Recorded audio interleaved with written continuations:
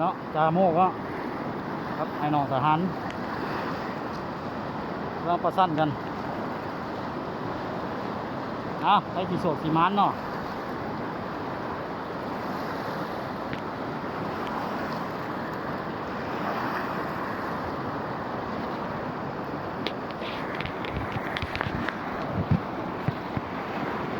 ทั้งหางค้อนเฮาลงนำพี่น้องเอ้ยนำแห้งเป็นแห้งมีตะแกรงโดยเฉพาะเนาะหากินแบบวิธีชีวิตบ้านเฮานี่แหละพี่น้องเลยเป็นจะได้คนเฮามันเดือดเกิดบ่ได้เด้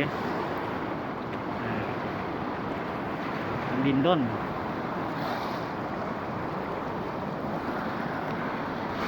รอดจังหวะป่าจ้ะเนาะ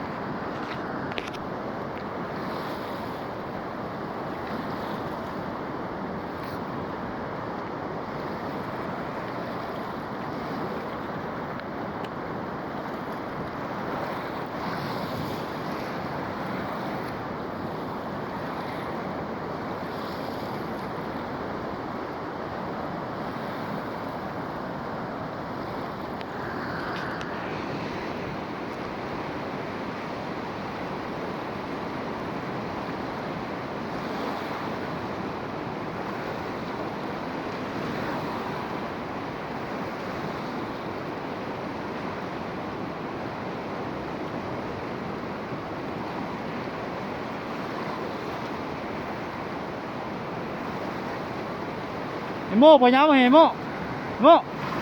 ระวังกออยู่เถอะอย่าย้ำลงมาลุมพี่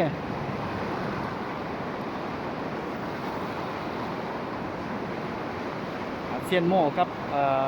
รอทหารนั่นเนาะ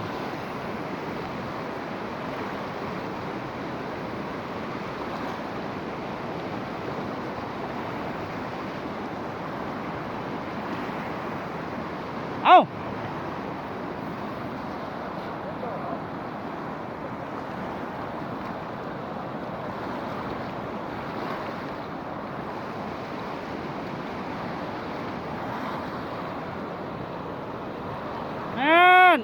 สองไปสั่น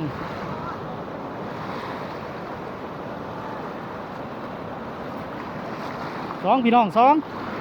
งแต้มมาแล้วนี่แหละป่า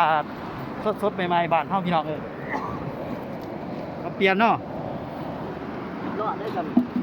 บ่รอดหรอกคือเมื่อวานสูงแท้หมอนะคือเมื่อวานสูงแท้บ้านมันแหละว่าตัวนี้จะเห็นบ่เป็นเห็นไหนตัวบาทเนี่ยโตบางชาติเราจะใส่บ้านโคบ้านรุดออกโอ้บ่รอดบ่รอดหรอ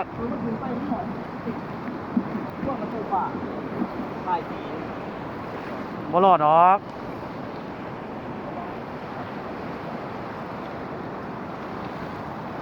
อาสามีกันเนาะพี่น้องเนาะ